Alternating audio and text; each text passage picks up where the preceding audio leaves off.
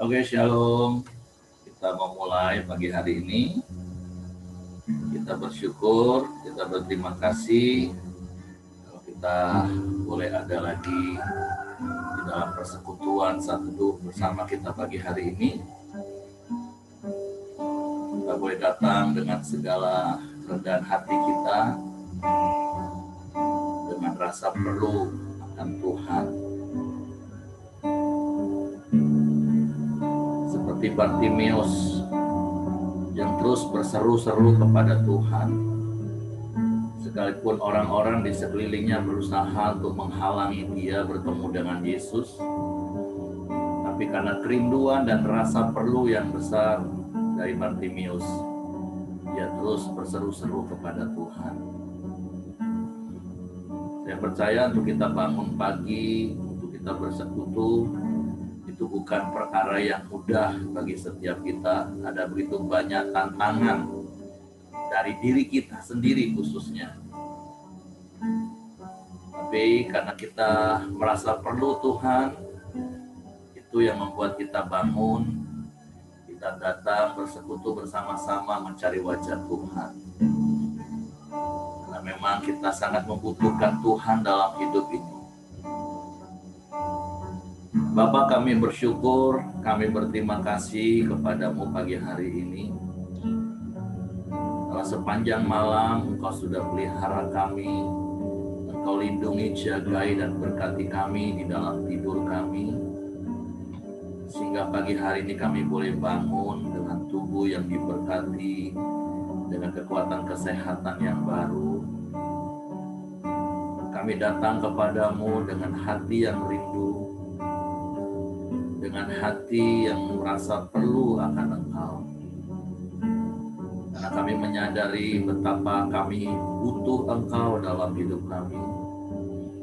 Kami tidak dapat hidup tanpa Engkau. Bahkan di luar Engkau, kalau kami dapat melakukan sesuatu, itu pun ternyata sia-sia. Sebab itu kami datang kepadamu. Biarlah Engkau Tuhan yang terus berdaulat penuh atas hidup kami, memimpin hidup kami, menuntun langkah kami di sepanjang umur hidup kami.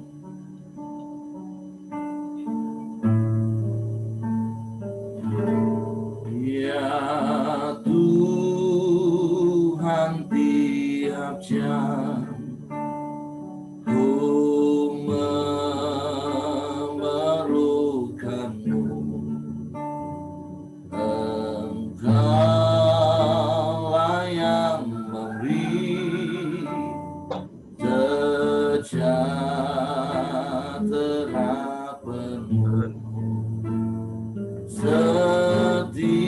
setiap jam ya Tuhan, di Kau berhubungan, ku datang bersama,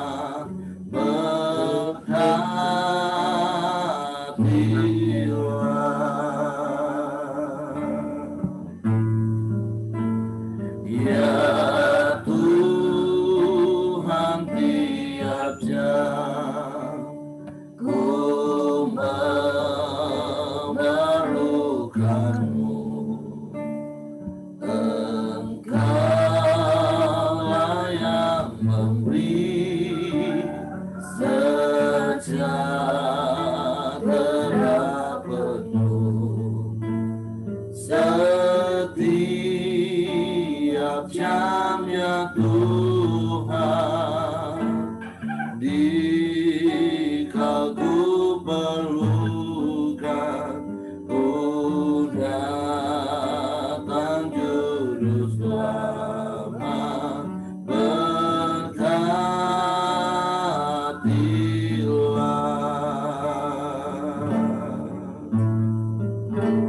Ya Tuhan, tiap jam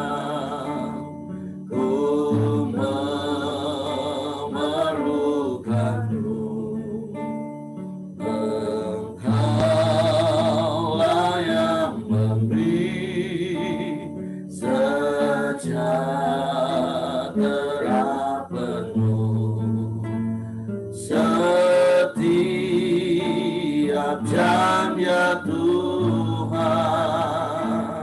Dikau ku perlukan, Ku datang juru selamat, berkatilah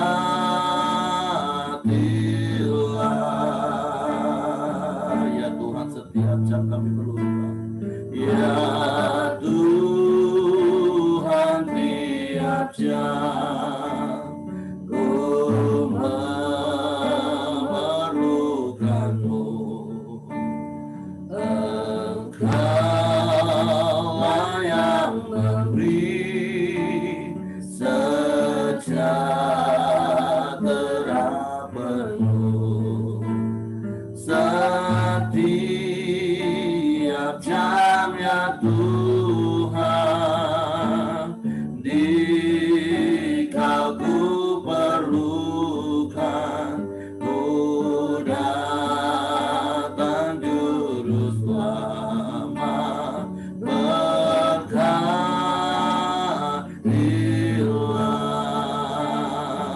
Sekali lagi mereka katakan, ya Tuhan, tiap jam ku memerlukan-Mu. Engkaulah yang memberi sejahtera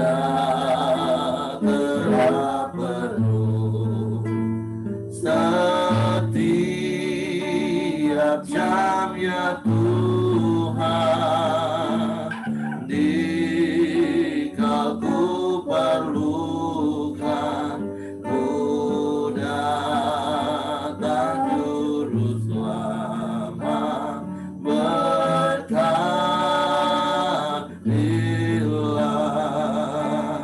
Ku datang juru selamat, berkatilah.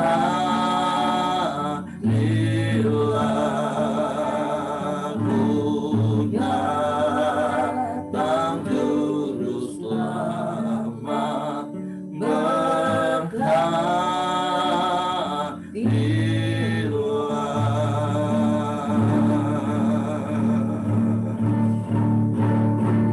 Kami datang kepadamu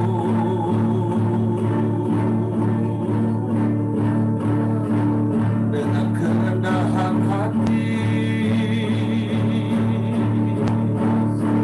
mencari wajah-Mu.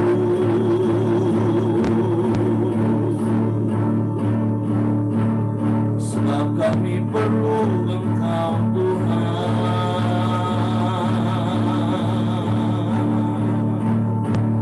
di sepanjang hidup kami. Sebab kami tak dapat hidup tanpa-Mu. Kami perlu Engkau Tuhan,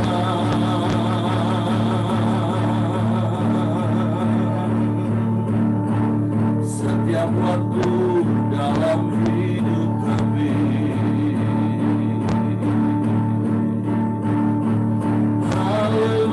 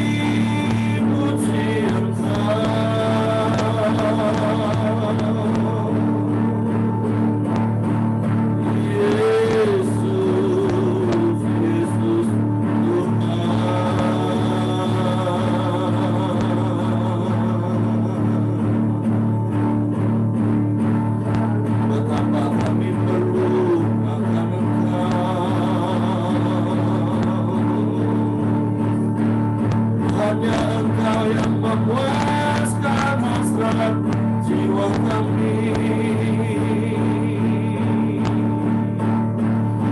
Hanya Kau yang sanggup memenuhi semua keperluan kami. Roh, jiwa, dan tubuh kami. Hanya di dalam-Mu kami kuat. Hanya di dalam-Mu, Yesus Tuhan. Haleluya, haleluya.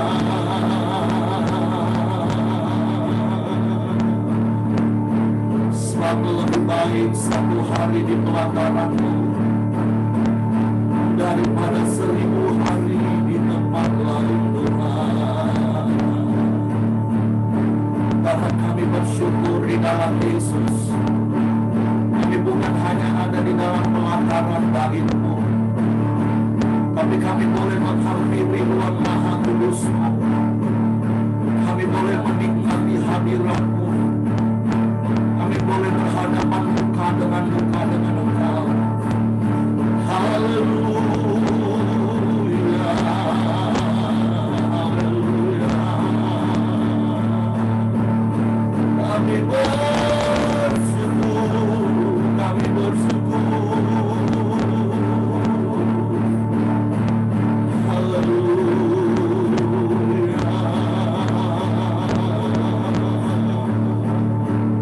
Sebab itu kami tenang di dalam-Mu. Sebab kami di dalam-Mu dan Kau di dalam kami, Tuhan, selamanya.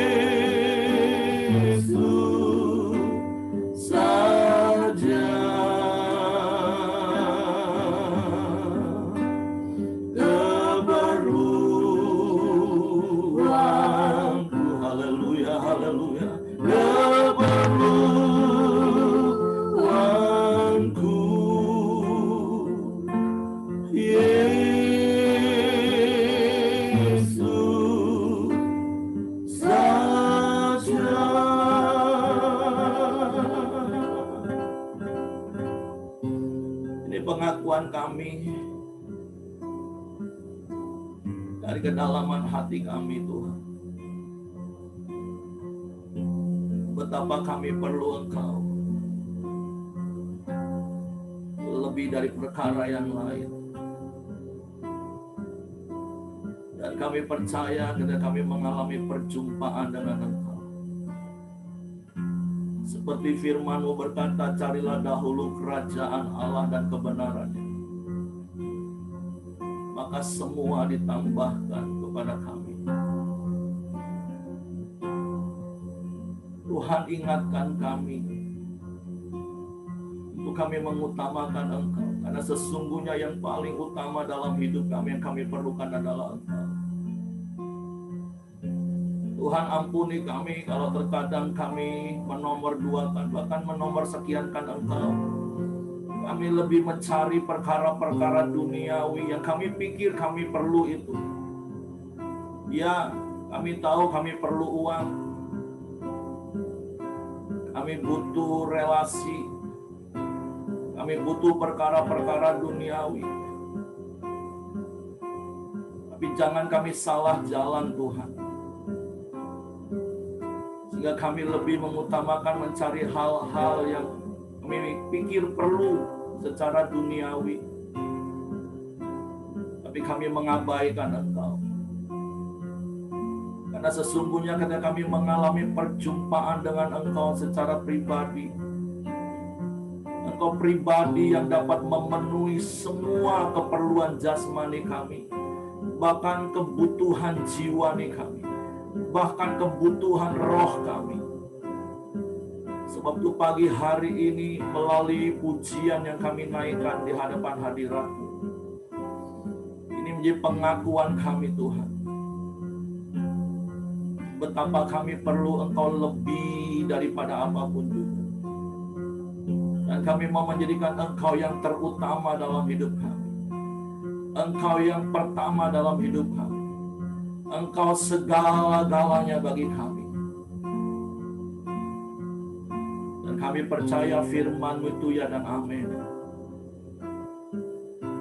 Ketika kami menemukan Engkau dengan rasa perlu, seperti Bartimeus yang berjumpa dengan Engkau, dia mengalami kesembuhan. Seperti perempuan yang mengalami pendarahan 12 tahun ketika dia menjamah Engkau. Ada kuasa-Mu yang tidak terbatas, yang akan berlimpah-limpah dalam hidup kami. Tuhan, perbaharui paradigma kami dengan kebenaran firman-Mu terus setiap hari. Baharui akal budi kami setiap hari dengan firman-Mu, supaya kami tahu mana yang lebih penting, mana yang lebih utama dalam hidup kami. Dan pagi hari ini kami mengaku di hadapan-Mu, Engkaulah yang terutama dan utama yang kami perlu dalam hidup ini, Tuhan. Sebab itu kami bersyukur kalau pagi hari ini kami boleh bangun dengan hati yang haus, hati yang rindu, hati yang perlu akan Engkau. Kami adalah orang-orang yang berbahagia hari ini, karena kami boleh mengalami Engkau, Tuhan. Kami bersyukur pagi hari ini, bahkan biarlah seumur hidup kami terus ada dalam hadirat-Mu. Kami menikmati semua yang ada padamu. Dan kami mau berkata itu lebih dari cukup bagi kami, Tuhan. Bapak, terima kasih buat pagi hari ini kami mau belajar lagi firman-Mu. Biarlah kami menemukan kebenaran-Mu dan kebenaran-Mu itu memerdekakan kami. Dan sekali lagi firman-Mu digenapi, Engkau akan menambahkan semua yang kami perlu. Sebab itu Roh Kudus tolong kami untuk kami mengerti firman-Mu, memahami firman-Mu, percaya firman-Mu, sehingga kami menjadi pelaku-pelaku firman-Mu. Di dalam nama Yesus Tuhan kami mengucap syukur, haleluya, amin.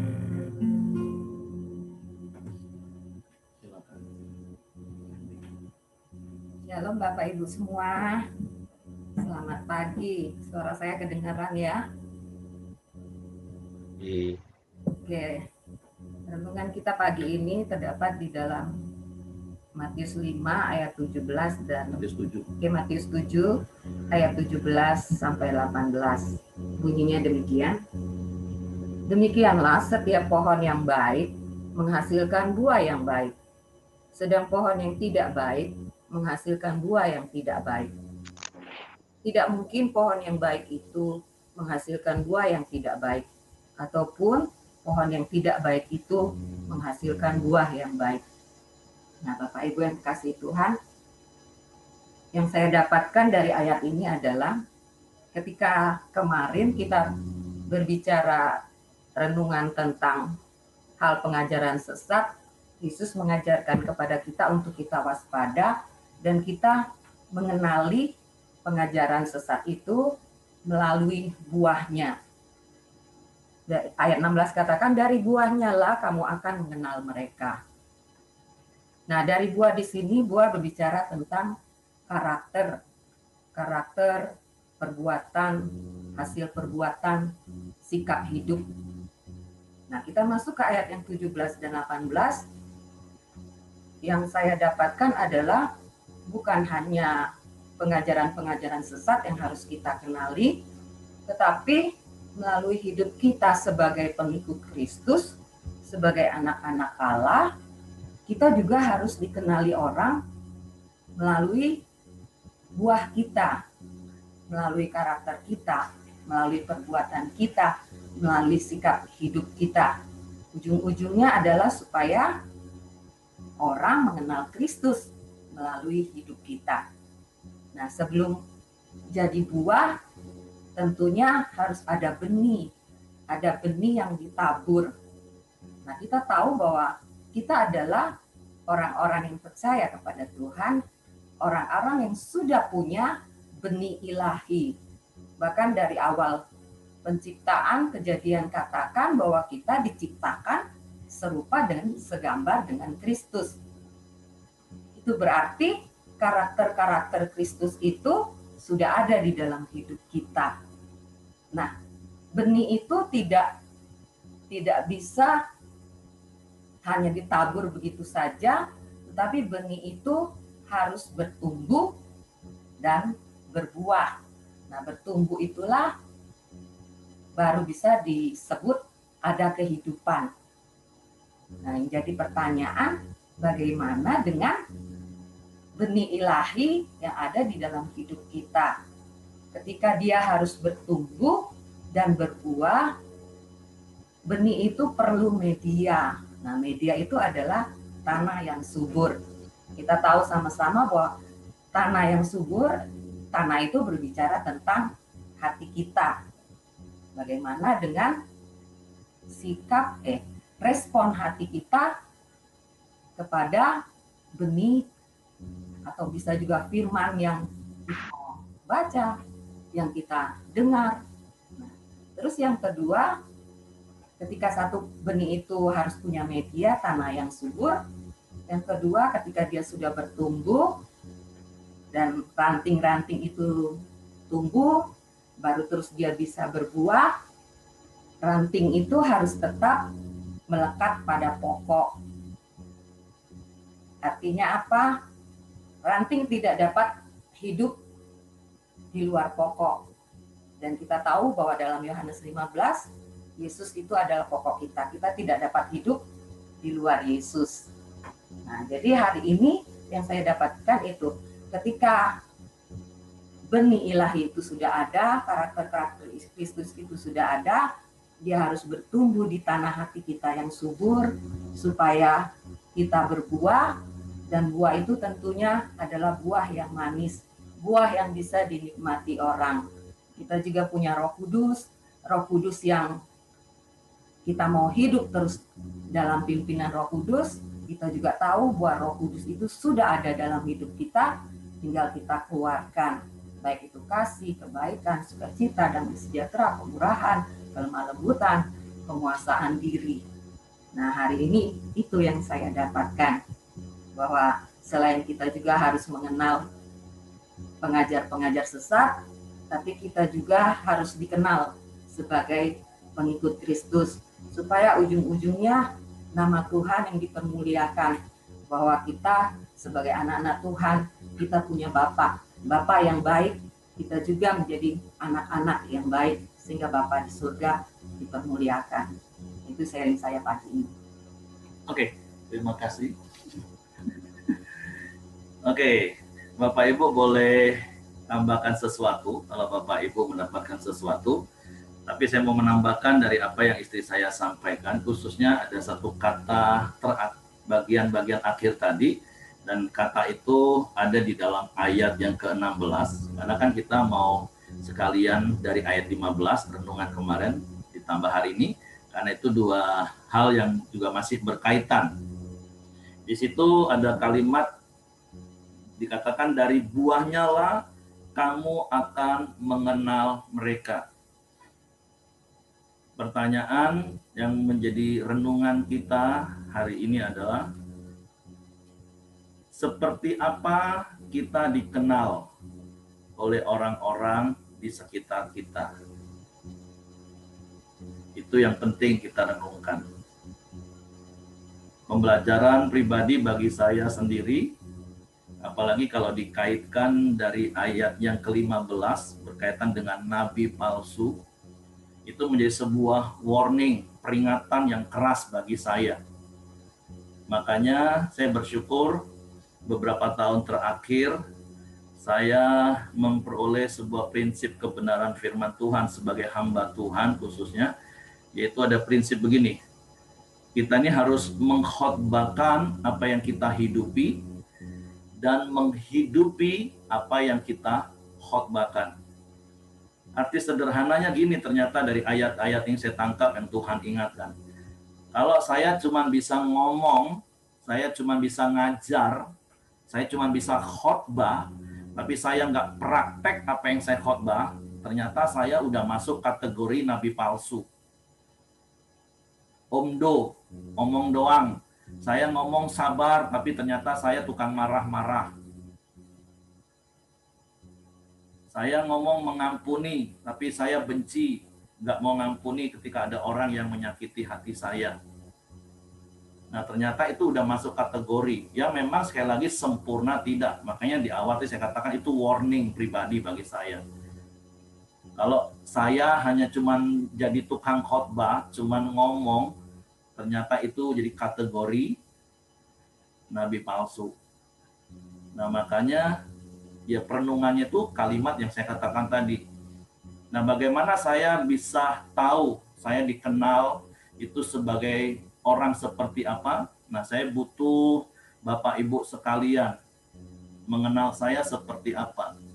Dan yang namanya komunitas, ya kita harus punya kerendahan hati, kita harus punya kelemah lembutan ketika komunitas kita mengingatkan kita, menegur kita, ya kita harus penuh rendah hati dan lemah lembut dibenerin, karena jangan sampai pengenalan mereka kepada kita itu menjadi salah karena memang apa yang kita hasilkan. Beberapa waktu yang lalu, Hengki, Meli ada nggak? Boleh nggak saya ngomong ya? Itu contoh ya. Artinya Meli kasih masukan, dan dia ngomong, padahal sebenarnya udah 1 tahun loh Pak, saya ini mau ngomong sama Bapak. Aduh, saya bilang inilah hal yang harus dihilangkan di dalam kekristenan. Apalagi kalau kepada pemimpin, nggak ada yang berani ngomong. Pemimpinnya salah cuma diomongin, atau kalau nggak berani diomongin, dipendam sendiri, akhirnya pindah sendiri. Saya bilang harusnya ketika engkau melihat pemimpin melakukan hal yang menurut engkau salah, walaupun mungkin belum tentu salah, apalagi kalau benar-benar salah, ya harus dikasih tahu, diarahkan. Makanya bertahun-tahun saya selalu ketemu dengan beberapa orang Kristen selalu ngomong gini, Pak, harusnya pendeta kan nggak boleh gitu ya Pak ya. Saya bilang, maksudnya seperti apa? Nah, dia jelasin lah situasinya.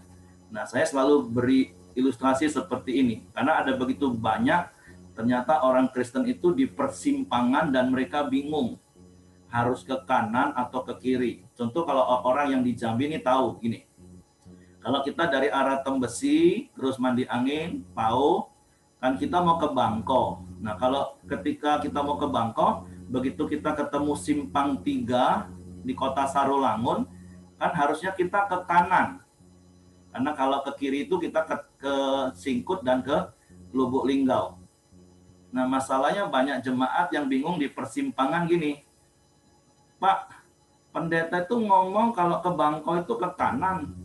Tapi aku lihat kenapa dia belok kiri, Pak? Mana boleh, harusnya seperti itu. Jadi saya tanya, jadi kamu di mana? Nah, itu aku bingung, Pak. Dia ngomong ke kanan, tapi dia ngomong ke kiri. Artinya dia khotbah A, tapi kelakuannya bukan A. Saya bilang, harusnya 2 hal yang kamu lakukan. 1, kamu kasih tahu pemimpinmu, Pak, Bapak ngomong ke Bangko itu ke kanan, kenapa Bapak ke kiri? Nah, itu yang bagus, yang berani. Dan harusnya kalau dalam komunitas yang sudah dekat harus seperti itu, Bapak Ibu. Khususnya itu bagi saya boleh, Bapak Ibu. Saya selalu ngomong dengan komunitas saya, kalau nanti satu hari Bapak Ibu melihat sesuatu yang sepertinya salah dalam hidup saya, Bapak Ibu boleh ngomong. Supaya ternyata, seperti yang saya katakan tadi, saya nggak masuk kategori nabi palsu, yang cuma bisa ngajar tapi nggak melakukan. Nah, atau yang kedua, saya ngomong, kalau kamu nggak berani ngomong, ya kamu tetap ke kanan lah supaya kamu nggak nyasar. Kan tujuan kamu ke Bangkok. Atau dengan kata lain, kalau ke surga itu ke kanan, sekalipun pendetamu ngomong ke surga itu kanan, tapi dia jalan ke kiri, ya kalau kamu nggak berani ngomong, kamu tetap ke kanan dong, ke surga. Daripada kamu cuman bingung di persimpangan, mau ke kiri atau ke kanan. Nah, jadi itu sekali lagi, ayat-ayat firman Tuhan ini perenungan bagi saya, yaitu menjadi warning bagi saya. Apakah saya termasuk kategori nabi palsu yang hanya cuma bisa ngajar? Karena firman Tuhan katakan, dari buahnya lah kamu akan mengenal.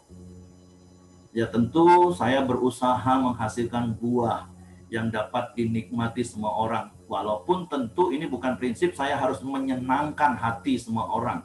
Bukan, ini 2 hal yang berbeda. Mau menyenangkan hati semua orang itu kadang justru kita bisa kompromi. Nah, itu 2 hal yang berbeda, Bapak Ibu. Maksudnya hati kita ini harus benar-benar menghasilkan buah. Nah, bicara tentang berbuah seperti istri saya tadi, kata kuncinya itu adalah bertumbuh.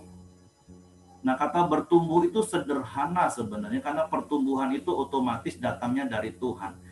Bagian kita itu adalah memupuk, menyiram, memelihara. Bagaimana caranya? Nah, hari-hari ini kan kita sedang temanya bertekun dalam firman. Dan bersyukur akhirnya tema ini diperpanjang jadi 6 bulan. Kenapa? Karena kami rindu, kami berharap benar-benar jemaat kita community itu hidupnya sesuai dengan firman. Menjadi sebuah alasan klise yang sering kali saya temukan, ada orang Kristen gini, kenapa kamu pindah gereja? Pak, aku nggak bertumbuh di situ, Pak. Oh, nggak bertumbuh? Terus dia mulai cerita suasana gerejanya. Saya bilang, maaf, kamu bukan nggak bertumbuh, kamu nggak nyaman. Nah, orang Kristen banyak yang salah, tidak bisa membedakan antara tidak nyaman dan nggak bertumbuh. Masalahnya ternyata yang saya temukan ada begitu banyak orang Kristen pindah sana pindah sini bukan karena nggak bertumbuh, itu karena tidak nyaman. Karena bertumbuh itu begini Bapak Ibu, artinya seperti istri saya ngomong tadi itu bicara tentang benih. Firman itu bertumbuh dalam hidup kita. Contoh, benih firman itu sabar. Benih firman yang ditabur sabar. Nah, harusnya yang bertumbuh pasti buahnya sabar. Makanya ayat tadi katakan nggak mungkin kita memetik buah anggur dari semak belukar. Nah, kalau firman Tuhan yang ditabur itu adalah sabar contohnya, harusnya kalau kita bertumbuh berarti kita jadi orang sabar. Ngadepin suasana yang nggak nyaman di satu tempat, ngadepin orang-orang yang membuat kita emosi, kita tetap sabar. Nah, itu namanya bertumbuh. Tapi kalau ngadepin orang-orang yang membuat kita tersinggung, terus kita nggak bisa sabar, kita nggak bisa ngampuni, itu bukan nggak bertumbuh, itu namanya nggak nyaman, Bapak Ibu. Nah, saya berharap kita ngerti konsep bertumbuh dan tidak bertumbuh. Benih firman-Nya mengampuni. Nah, buah yang dihasilkan adalah karakter yang suka mengampuni. Itu yang namanya bertumbuh dan harus bertumbuh Bapak Ibu. Hidup kita bertumbuh. Dan firman Tuhan katakan, ayat 17, demikian setiap pohon yang baik menghasilkan buah yang baik. Nah, kalau kita hubungkan dengan beberapa ayat yang Yesus katakan di dalam Matius pasal 12, contoh ayat 34 sampai 35, hai kamu keturunan ular berudak, bagaimanakah kamu dapat mengucapkan hal-hal yang baik, sedang kamu sendiri jahat? Karena yang diucapkan mulut meluap dari hati. Orang yang baik mengeluarkan hal-hal yang baik dari perbendaharaannya yang baik, dan orang yang jahat mengeluarkan hal-hal yang jahat dari perbendaharaannya yang jahat. Artinya kembali semua hidup kita bersumber di hati kita. Makanya pemazmur katakan, dalam hatiku kusimpan janjimu, dalam hatiku kusimpan firmanmu. Dan berulang-ulang saya pernah sampaikan, 95% hidup kita ini sangat ditentukan oleh yang namanya respon otomatis. Dan respon otomatis itu sangat ditentukan oleh apa yang ada dalam hati kita. Karena firman Tuhan katakan, hati itu seperti perbendaharaan. Apa yang meluap dari mulut kita itu dari hati. Bahkan satu ayat lagi sebagai tambahannya, di dalam Matius pasal 15, ayat yang ke-18 mulai, Matius 15 ayat 18 mulai, tetapi apa yang keluar dari mulut berasal dari hati, dan itulah yang menajiskan orang. Karena dari hati timbul segala pikiran jahat, pembunuhan, perzinahan, percabulan, pencurian, sumpah palsu, dan hujat. Itulah yang menajiskan orang. Tetapi makan dengan tangan yang tidak dibasuh tidak menajiskan orang. Artinya apa? Bicara tentang buah, itu tergantung benih apa yang tertanam di hati kita. Dan saya berdoa, saya berharap benih yang tertanam dalam hati kita adalah benih firman. Dan saya percaya sebenarnya sudah banyak benih firman yang ditabur dalam hidup kita. Tapi seperti istri saya juga bilang, itu sangat tergantung dengan hati kita. Apakah hati kita menjadi tanah yang subur? Kan kita pernah dengar perumpamaan 4 jenis tanah. Apakah hati kita ini hati di pinggir jalan? Sehingga benih itu ditabur belum sempat sampai masuk, apalagi bertumbuh. Sudah disambar oleh iblis. Itu gambaran apa sih Bapak Ibu di tepi jalan?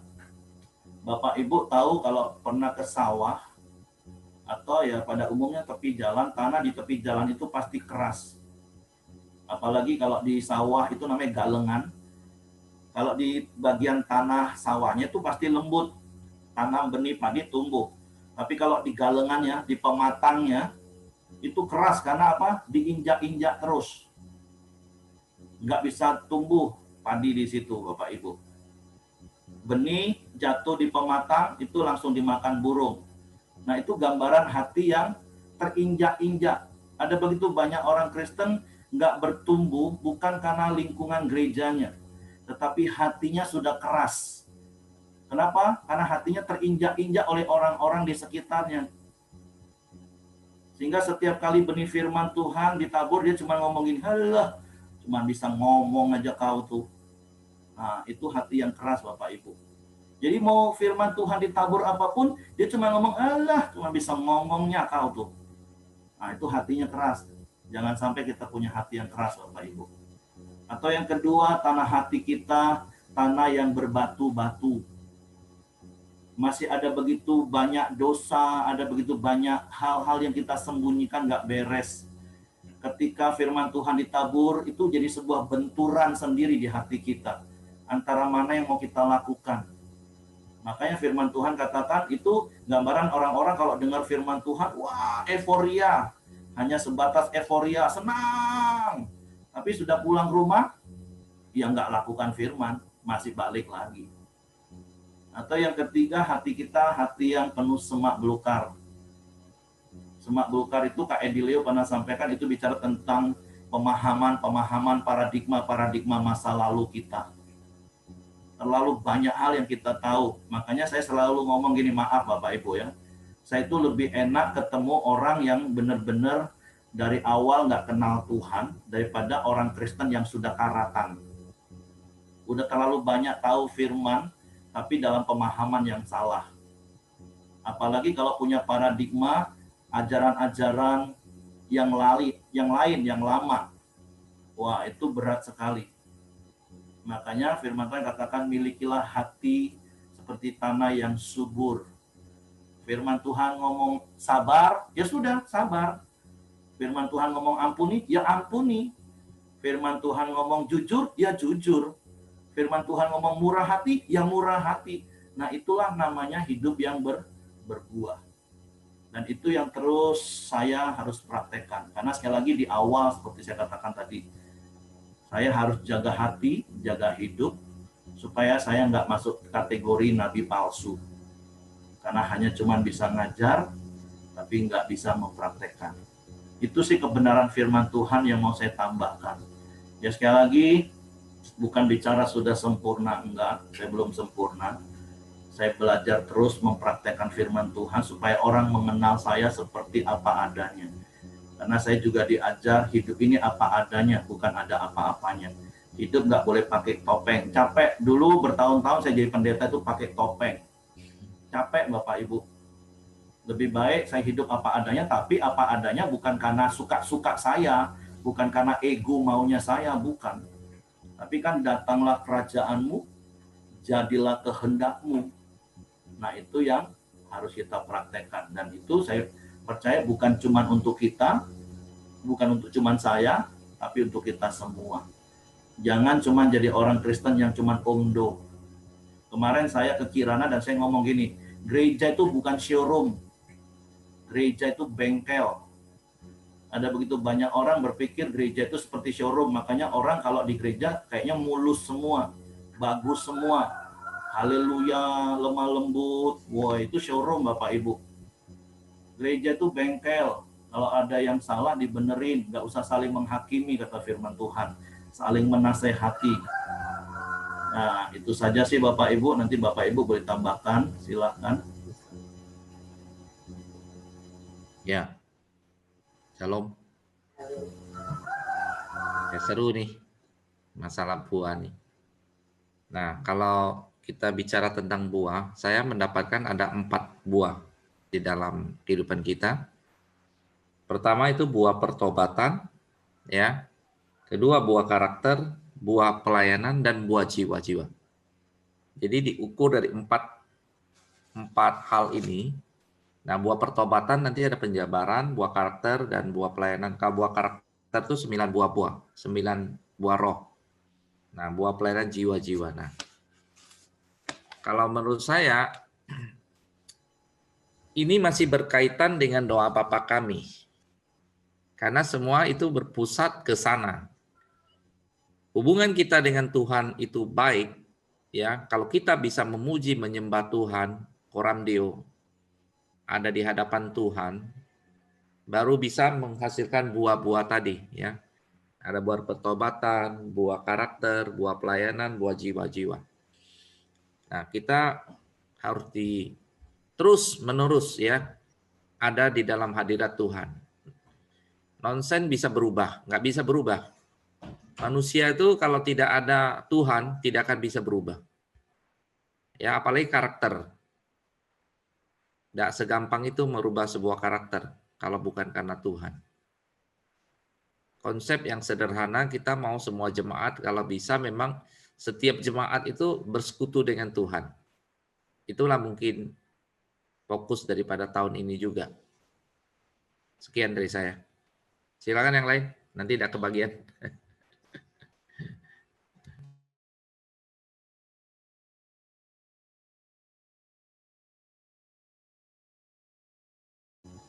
Oke, silakan Bapak Ibu.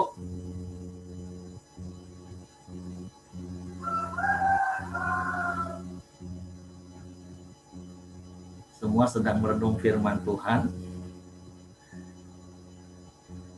Ya, renungan hari ini yang seperti saya katakan, coba Bapak Ibu merenung sepanjang hari ini. Orang-orang di sekitar Bapak Ibu, di sekeliling Bapak Ibu mengenal Bapak Ibu itu sebagai orang seperti apa. Itu jadi perenungan kita hari ini. Terus ya kalau hal-hal itu perlu dirubah karakter kita, yuk kita rendah hati, lemah lembut, ya berubah. Ketika orang memberi masukan, mengkritisi, bukan mengkritik ya, mengkritisi, yuk kita rendah hati, lemah lembut, ya kita berubah. Karena kita kan mau sama-sama bertumbuh. Untuk bertumbuh itu butuh disiangi. Kata istri saya tadi, walaupun sudah bertumbuh, tetap dibersihkan. Perlu kena matahari yang panas, perlu kena hujan, disiram. Nah, itu butuh. Oke, kalau tidak ada, ya kita akan berdoa.